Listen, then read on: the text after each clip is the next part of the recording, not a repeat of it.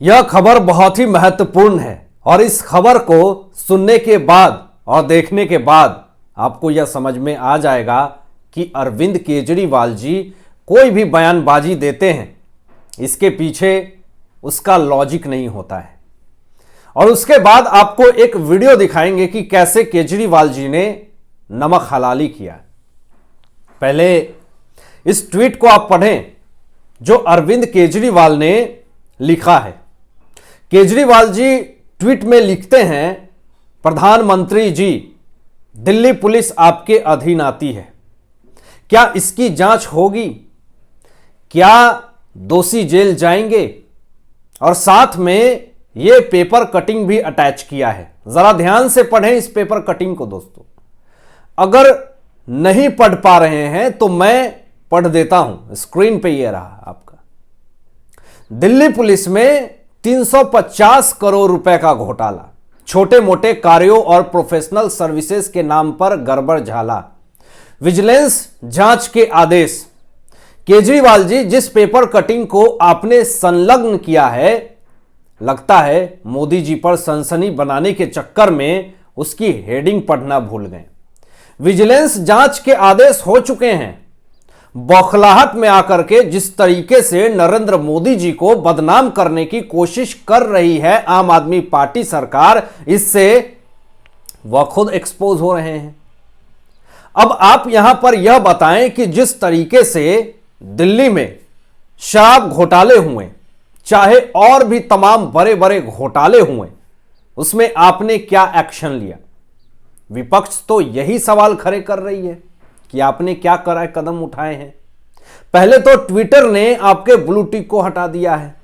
इसके लिए आंदोलन कीजिए, धरने पर बैठिए और झूठे आरोप लगा करके जिस तरीके से एजेंसियों को बदनाम करने की कोशिश कर रहे हैं, यह बहुत ही शर्मनाक है। सरकार को बदनाम करने की आप कोशिश कर रहे हैं अपने बचाव के लिए, तो यह ज्यादा दिन तक नहीं चलेगा। मुख्यमंत्री जी, दिल्ली के मुख्यमंत्री आप हैं, क्या आप इस्तीफा देंगे? मोदी जी से सवाल करना आसान है, मुख्यमंत्री का दायित्व निभाना बहुत कठिन है। क्या मुख्यमंत्री के उस जिम्मेदारी को आप निभा पाए हैं? जनता ने जिस उम्मीद से आपको मुख्यमंत्री बनाई थी, क्या उस उम्मीदों पर खरे उतर पा रहे हैं आप? बहुत सारे महिला तो खुद को ठगा हुआ महसूस कर रही हैं। तो यह किस हद तक सही है केजरीवाल जी? आप क्या जनता को संतुष्ट कर पा रहे हैं? उनकी सारी समस्याओं को पूरा कर पा रहे हैं? जो आपने वादे किए थे, आज बहुत सारी जनता आपसे नाखुश है। बहुत सारे ऐसे जनता दर्द से कराह रहे हैं, सड़कों पे गलियों में भूखे प्यासे रोड पर सो रहे हैं। क्या उनके दर्द को आपने कभी देखने की कोशिश की? तो जनता जिस तरीके से केजरीवाल सरकार को लताड़ रही है, उस आधार पर केजरीवाल की चारों तरफ फजीहत हो रही है। दिल्ली के मुख्यमंत्री अरविंद केजरीवाल जी ने विधानसभा में एक कहानी सुनाई दोस्तों। कहानी थी चौथी पास राजा की कहानी। यह कहानी सोशल मीडिया पर तेजी से वायरल हो रही थी और अभी भी हो रही है। वो कहानी जो अरविंद केजरीवाल ने विधानसभा में सुनाया था, हैशटैग चौथी पास राजा ट्विटर पर ट्रेंड भी हो रहा था। केजरीवाल ने अपनी कहानी में किसी का नाम तो नहीं लिया, लेकिन लोग इसे पीएम मोदी से जोड़ रहे हैं।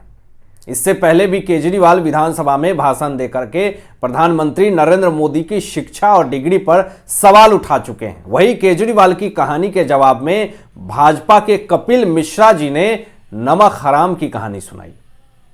इसमें भी मिश्रा जी ने किसी का नाम तो नहीं लिया है, लेकिन कहीं ना कहीं उनके निशाने पर केजरीवाल जी ही हैं। सीएम केजरीवाल को जवाब देते हुए भाजपा नेता कपिल मिश्रा जी ने ट्विटर पर एक वीडियो साझा किया। ध्यान देने वाली बात यही है कि कपिल मिश्रा जी ने कभी अरविंद केजरीवाल के वो बेहद करीब हुआ करते थे, लेकिन इनको भी केजरीवाल जी ने पूरी तरीके से धोखा दे दिया। कपिल मिश्रा ने साफ तौर पे कहा कि अपने गुरु से, दोस्तों से, जनता से और अपने देश तक से नमक हरामी की। आज ये नमक हराम जेल जाने के डर से बिलबिला रहा है। क्या आप जानते हैं इस नमक हराम को? उनके द्वारा पोस्ट किया गया वीडियो 3 मिनट 50 सेकंड का है दोस्तों, आप इस वीडियो को देखें पहले। नमस्कार दोस्तों, आज मैं आपको एक कहानी सुनाऊंगा। कहानी एक नमक हराम की। जी हां, एक ऐसा नमक हराम जिसने सत्ता के लिए और पैसे के लिए दोस्तों को धोखा दिया, साथियों को धोखा दिया, जनता को धोखा दिया, पूरे शहर को धोखा दिया, अपने गुरु को धोखा दिया। ऐसा कोई रिश्ता, ऐसा कोई संबंध इस व्यक्ति का बचा नहीं जिसको इसने ठगा ना हो। इस व्यक्ति के बारे में कहा जाता है कि ऐसा कोई सगा नहीं जिसको इसने ठगा नहीं। जी हां, नमक हराम, एक ऐसा नमक हराम जिसने सत्ता और पैसे के लालच में देश की सेना के शौर्य तक के ऊपर सवाल उठा दिए। एक ऐसा नमक हराम जिसने तब तब देश के खिलाफ बोला जब जब देश के दुश्मन चाहते थे कि कोई देश के अंदर से देश के खिलाफ बोले। एक ऐसा नमक हराम जिसने सबसे पहले तो यह झूठ बोला कि वो इनकम टैक्स कमिश्नर था, और बाद में ये तथ्य सामने आया कि वो कभी इनकम टैक्स कमिश्नर था ही नहीं। एक ऐसा नमक हराम जिसने अपनी नौकरी से नमक हरामी की, वहां से भागा और उसके बाद झूठ और फ्रॉड के आधार पर एक एनजीओ चलाई, झूठ और फ्रॉड के आधार पर एक आंदोलन खड़ा किया और उस आंदोलन के गुरु के साथ ही नमक हरामी कर दी। और ना केवल उस आंदोलन के गुरु को धोखा दिया, बल्कि लोग तो यहां तक कहते हैं कि इस नमक हराम ने उस आंदोलन के गुरु की अस्पताल में हत्या तक करवाने की साजिश रचवाई। एक ऐसा नमक हराम जिसके बारे में कहा जाता है कि चुनाव जीतने के लिए आंदोलन की सबसे पॉपुलर दलित महिला साथी की हत्या करवा दी, और बाद में उस महिला साथी की जब मां इनके घर आई तो अपने घर से इसको धक्के देकर बाहर निकाल दिया। इस नमक हराम ने सबसे पहले कहा कि मैं पार्टी नहीं बनाऊंगा, पार्टी बनाई। फिर इस नमक हराम ने कहा कि मैं चुनाव नहीं लड़ूंगा, चुनाव भी लड़ा। फिर इस नमक हराम ने कहा कि मैं गाड़ी बंगला नहीं लूंगा, और फिर एक ऐसा समय आया कि देश के सबसे अय्याश बंगले में यह नमक हराम रहने लगा। इस नमक हराम ने सत्ता के लिए ऐसा कोई छल, ऐसा कोई प्रपंच नहीं है जो ना किया हो। जिसके ऊपर इस नमक हराम ने आरोप लगाए, बाद में उन सब के तलवे चाटे, उन सब के जूतों में दाल पी। जिसको इसने कहा कि मैं इनसे लड़ने के लिए आया हूं, बाद में उन सब के हाथ मिला के खड़ा हो गया और देश से ही लड़ने लग गया, धर्म से ही लड़ने लग गया। इस नमक हराम की कहानी यहीं खत्म नहीं होती है। इसने टिकटों को बेचने का धंधा शुरू कर दिया।